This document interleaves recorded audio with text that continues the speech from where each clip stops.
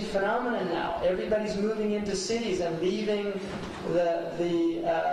this is happening all over the world, massive urbanization. The Dajjal enters into cities, he'll enter into every city in 40 days.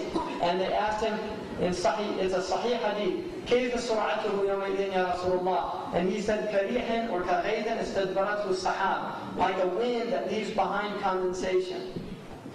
And that's, I guarantee you, it's an exact translation. Like a wind that leaves behind condensation or a cloud.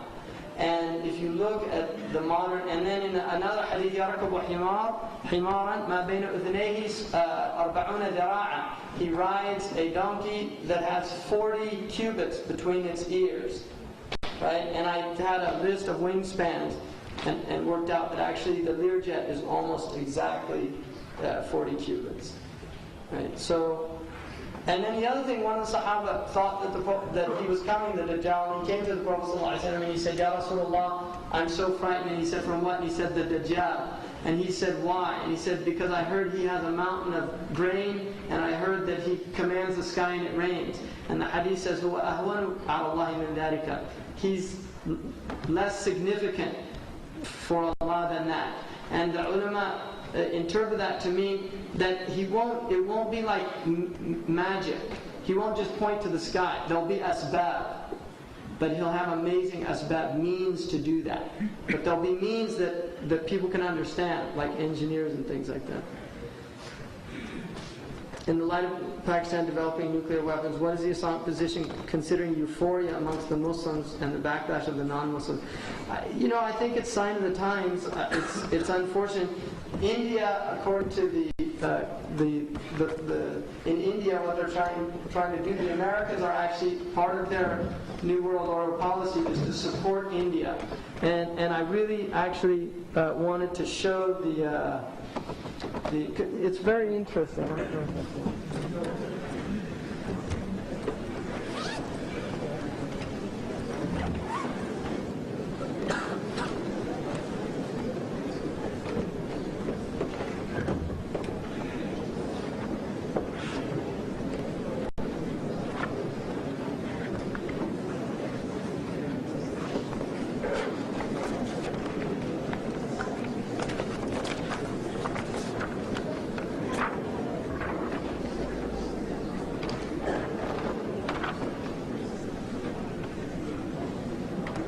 You can see here, this is from Huntington's thesis, and what he's saying basically is that the next war is a civilizational war between civilizations, and what he's saying basically is that when we look at civilizations, the question is no longer which side are you on, but who are you, right?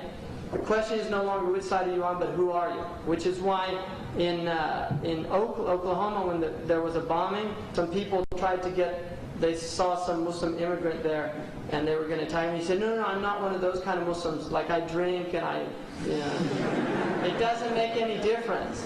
They don't care. Even if you're a bad Muslim, if you're a Muslim, they don't care, I guarantee you. They don't care if you're a secular Muslim.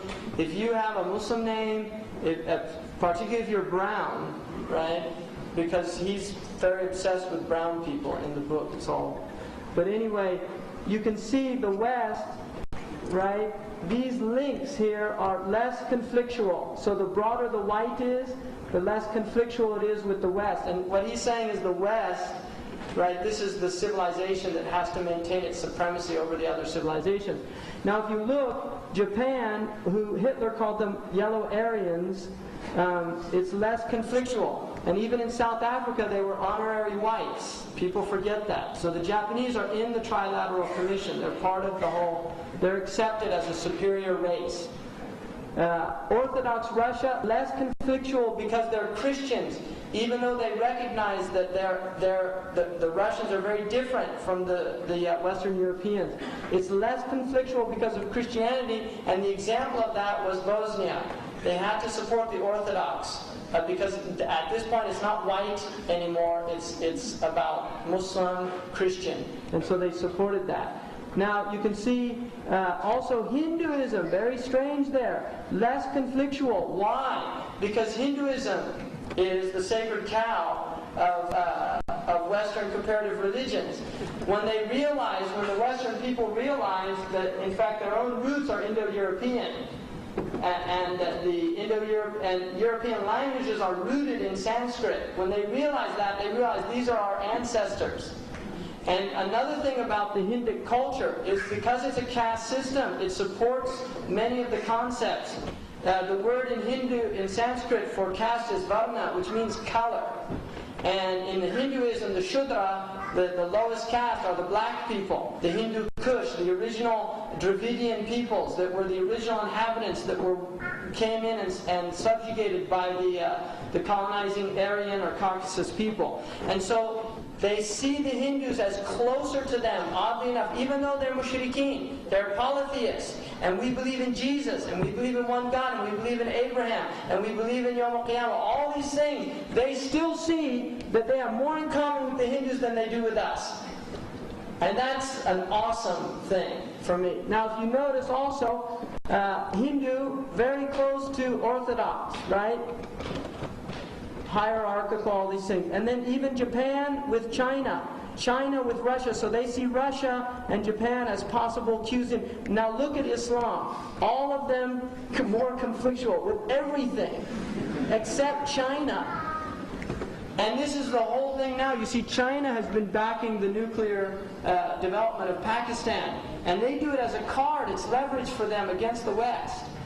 And this is why the Americans allowed the Indians to test the bomb. And then they knew, obviously, and from one point of view, even though it's just sad that this is where humanity is, from one point of view, there was a type of courage in it from the Pakistani government because they recognized that there would be massive sanctions. And the sanctions will hit much harder in Pakistan than they will in India.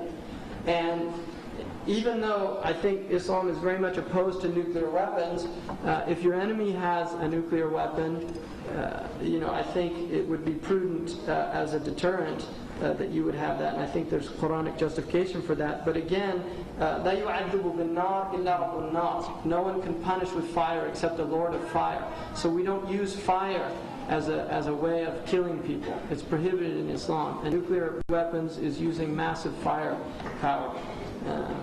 Why have we been created? Boy, and asking the big questions tonight. I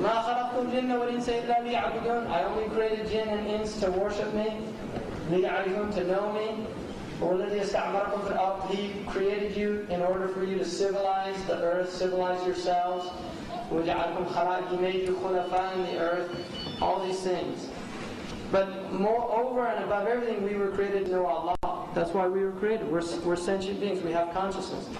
You mentioned innovation. What is your comment on technology correcting the problems that technology caused? I mean, it's a vicious cycle. Technology creates. For every problem it solves, it creates 10 problems, and then you have to have, and it keeps the engineers busy, it keeps them in jobs, but I mean, I'm not a Luddite. I'm not against technology, and I don't think Muslims are against technology. But there is a type of technology, which is Western technology, that has to be recognized for what it is. It has embedded in it a social system. It's not simply pure disembodied technology. There is a social system. It is a result of choices that these societies made based on worldviews.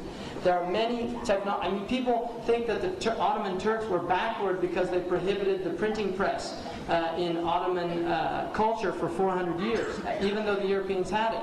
The ulama, if you read their fatwas, their extraordinary fatwas and their insights, they actually considered it a sacrilege